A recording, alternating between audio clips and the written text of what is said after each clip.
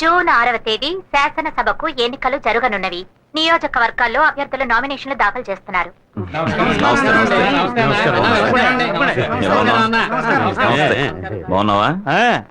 అన్నా, మూడోసారి మన నియోజకవర్గంలో నిలబడుతున్నావు. ఇప్పుడు నేను చెప్తున్నాను, ఈసారి కూడా నీదే గెలుపు. నార్మయ్యా, పెద్ద తెలిసినట్టు మాట్లాడుతున్నావు. ఈయన ఇప్పుడే నామినేషన్ దాఖలు చేసి వచ్చాడు.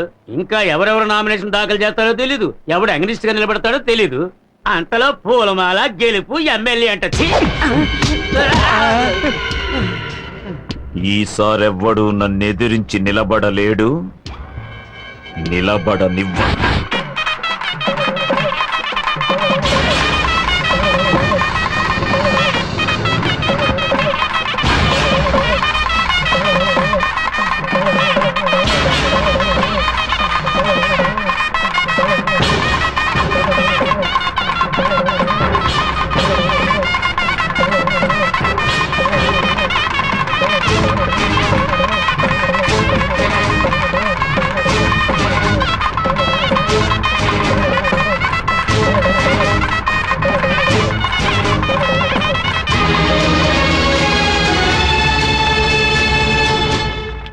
అయ్యా నమస్కారం. నమస్కారం. ఇదిగోండి ఈ ఫామ్ ఫిలప్ చేసి సైన్ చేయండి. ఇవ్వండి. అన్న నిల్చొని ఉంటే నువ్వు కూర్చొని ఉంటావు. గవర్నమెంట్ ఆఫీసర్ అయ్యా. నెలకు 5 లక్షలు 10 లక్షలు సంపాదించే మా అన్న నిలబడి ఉంటే 5,000 జీతం తీసుకుని నువ్వు కూర్చొని ఉంటావా? లేవయ్యా. ఏ శంకరరావు గారు, రౌడీలను తీసుకొచ్చి గొడవ పెడుతున్నారా? ఎవరయ్యా రౌడీలు? మేమంతా కార్యకర్తలు. అడుగుతున్నానుగా, ఎవరయ్యా మీరు? గొడవ పెడుతున్నారు?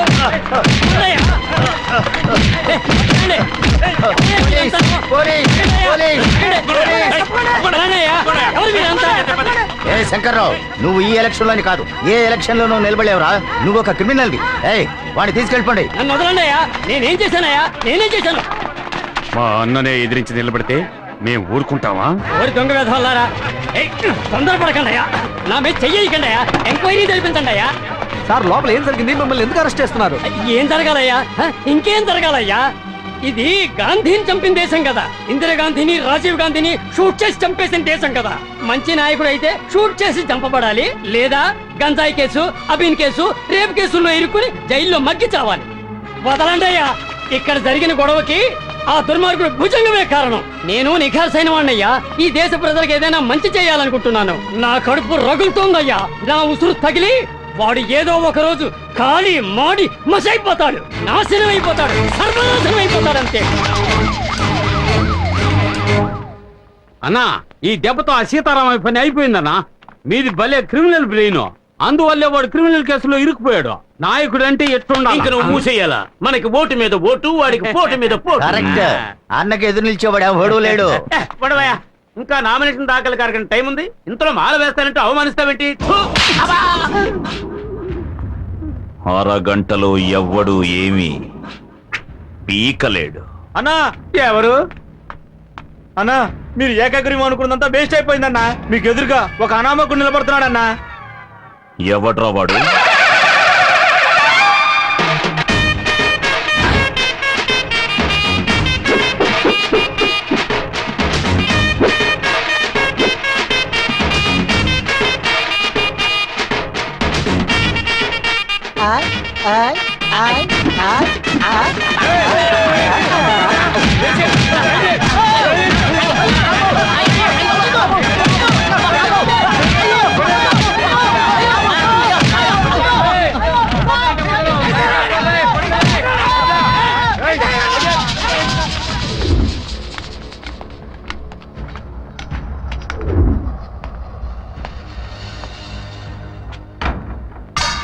మహా రాజకీయ నాయకులే మాతో పెట్టుకుని దిక్కు దివాణం లేకుండా పారిపోయారు. గొట్టంగాడివి నువ్వు మా అన్నయ్య మీద పోటీ చేస్తావా? నువ్వేదో గెలిచేస్తామని మేమేం భయపడడం లేదు. నీలాంటి కోన్ కిస్కాగాడు మా అన్నయ్య మీద నిలబడితే అది మా అన్నయ్యకే అవమానం. నామినేషన్ దాఖలు చేయడానికి ఇంకా 3 నిమిషాలే ఉంది. ఈలోగా నువ్వెళ్ళి ఏమీ చేయలేవు. ఏంటి, నువ్వు అభ్యర్థివా? ఏ, నేను మీకు అభ్యర్థిలా కనబట్టలేదా? రాజకీయ నాయకుల్లో చాలా మంది మేకతోలు కప్పుకున్న పులుల్లో ఉన్నారు. నేను పులితోలు కప్పుకున్న మేకలా ఉన్నాను. పులి పస్తులు నాకు గడ్డి తిందు, కానీ ఈ పులి గడ్డే తింటుంది. సార్, మీకు కావాల్సిందల్లా ఎలక్షన్స్ లో అభ్యర్థిగా నిలబడటానికి అవసరమైన డాక్యుమెంట్స్, డిపాజిట్ మనీ అవన్నీ నా దగ్గర ఉన్నాయి. తీసుకోండి. ఒక్క నిమిషమే ఉంది. Thank you sir. టైం అయిపోయింది. ఇప్పుడే టైం మొదలైందిరా. రే పిచ్చి వెధవాలరా, నామినేషన్ ఫైల్ చేయడానికి వచ్చిన అభ్యర్థిని వదిలేసి తోడుగా వచ్చిన నా చుట్టూ ఎందుకు తిరుగుతున్నారు? తోడుగా వచ్చావా? మరి అభ్యర్థి ఎవర్రా? రేయ్ అక్కడ చూడు. కత్తి ఇవ్వు.